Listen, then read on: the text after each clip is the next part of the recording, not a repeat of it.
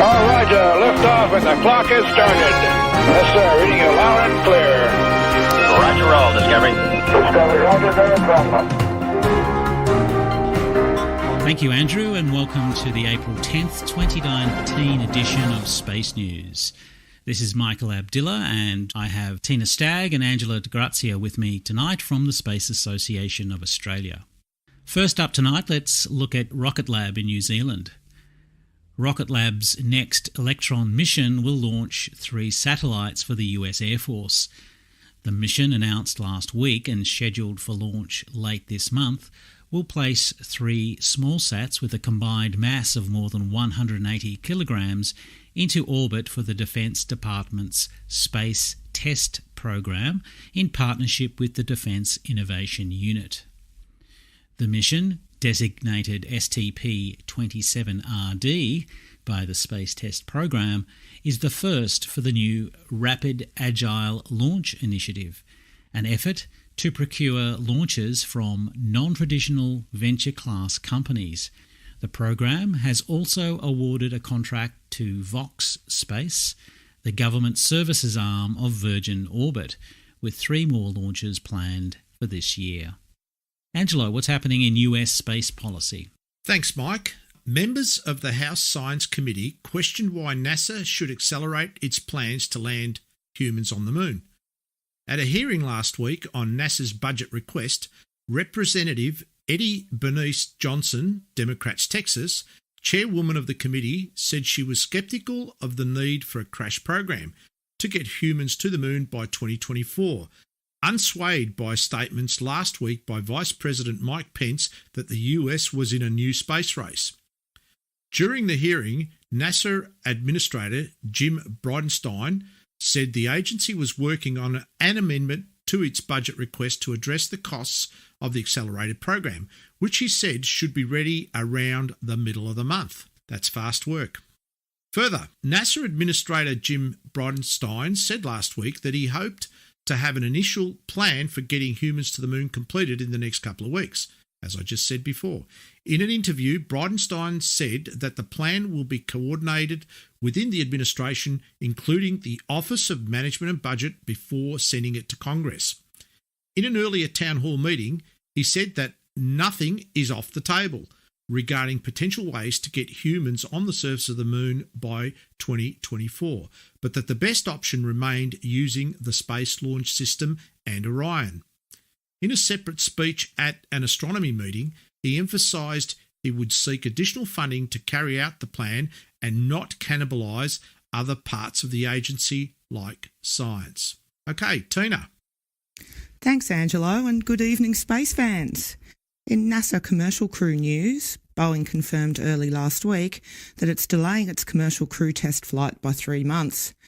The company said in a statement that while its CST-100 Starliner spacecraft is in final preparations, it had only a 2-day launch window available for it in May on an Atlas V at Cape Canaveral before it would have to stand down for another Atlas V launch of the AEHF-5 military communications satellite in late June.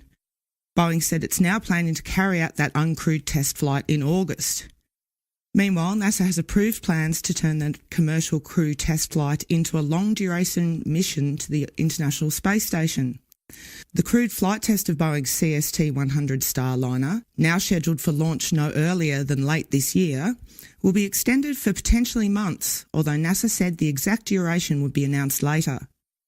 NASA and Boeing said last year they were studying such an extension to ensure access to the station when the agency loses access to Soyuz seats. The crew of that test flight, which includes 2 NASA astronauts and a Boeing test pilot and former NASA astronaut Chris Ferguson, have been training for the possibility of a long-duration stay. Back to Michael. Let's look at India. India delayed the launch of its Chandrayaan-2 lunar mission because of damage to the lander during testing. India's space agency ISRO said last week that the mission, which had been scheduled for launch later this month, was delayed until May. That delay came after 2 landing legs on the mission's lander, called Vikram, suffered damage during a recent drop test. The work needed to strengthen the legs could push back the mission's launch until the second half of this year. Back to you, Tina. Japan's Hayabusa 2 spacecraft dropped an explosive on the asteroid Ryugu last week, but it may be weeks before scientists know what kind of crater it created. A device called the Small Carry-On Impactor, or SCI, separated from Hayabusa 2 at an altitude of 500 metres and descended toward the surface. A separate camera detached from the spacecraft returned images of rocks being thrown up from the surface at the expected time, suggesting the SCI worked as planned. Hayabusa 2 moved to the other side of the asteroid at the impact time to avoid any debris and will revisit the impact site in the coming weeks. The spacecraft could touch down in the crater in May to collect samples for later return to Earth.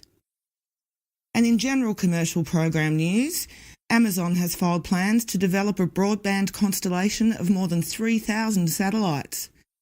The company filed the proposed network under the name Kuiper Systems with the International Telecommunication Union, seeking to place 3,236 satellites in 3 layers of low Earth orbits. Amazon hasn't disclosed who would build the satellites or when they would be launched, and hasn't yet filed with the FCC for US market access for the system. Amazon would join a crowded field that includes broadband constellations under development by OneWeb, SpaceX, and Telsat, among others. Michael. Yes, that sounds very crowded, which leads me into this next story. 4 months after launch, many of the satellites placed into orbit on a Falcon 9 mission remain unidentified.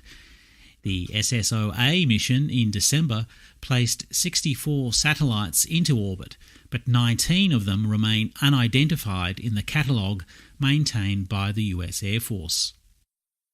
This has caused headaches for satellite operators who don't know which of the satellites are theirs, so they can communicate with them. The event highlights the challenges that rideshare missions pose for spacecraft tracking systems that were not designed to deal with large numbers of small satellites deployed on a single launch. Okay, let's talk SpaceX. Starship Hopper finally fires its Raptor engine in Texas whilst Falcon Heavy performs a static fire test in Florida. At the Boca Chica launch site in Texas last week, Starship Hopper finally performed 2 Raptor engine test runs. The first was a brief run of the Raptor engine, whilst the second lifted the Hopper to the limits of its tether of about 1 to 1.5 metres. And bigger things are expected in coming weeks, so it's pretty exciting stuff. Meanwhile, at about the same time as the second Raptor test, at Launch Complex 39A at the Kennedy Space Center in Florida, the Falcon Heavy performed a static test fire in advance of its second flight. Exciting times indeed. Let's talk Blue Origin. Jeff Bezos will retain full ownership of Blue Origin after his divorce. In a statement last week, Mackenzie Bezos said that her husband will keep his full ownership of the spaceflight company as part of their divorce settlement. Jeff Bezos will transfer 25% of his existing stake in Amazon to Mackenzie, valued at more than, get this, $25 billion, but keep a sole voting authority over those shares. Even after the settlement, Jeff Bezos will remain the wealthiest person in the world, with his remaining Amazon shares worth an estimated $108 billion. Not a bad effort. Okay, Michael. And finally tonight, NASA isn't planning to change the sizing of its spacesuits on the International Space Station despite public criticism.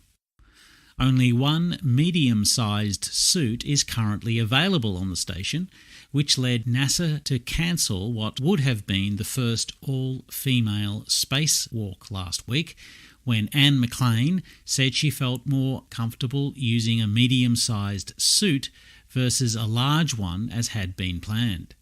A NASA manager said in a briefing that the agency would consider setting up a second medium-sized suit on the station if needed in the future, but that for now it was not a priority given the extensive time needed to reconfigure and check spacesuits, along with its plans for future spacewalks.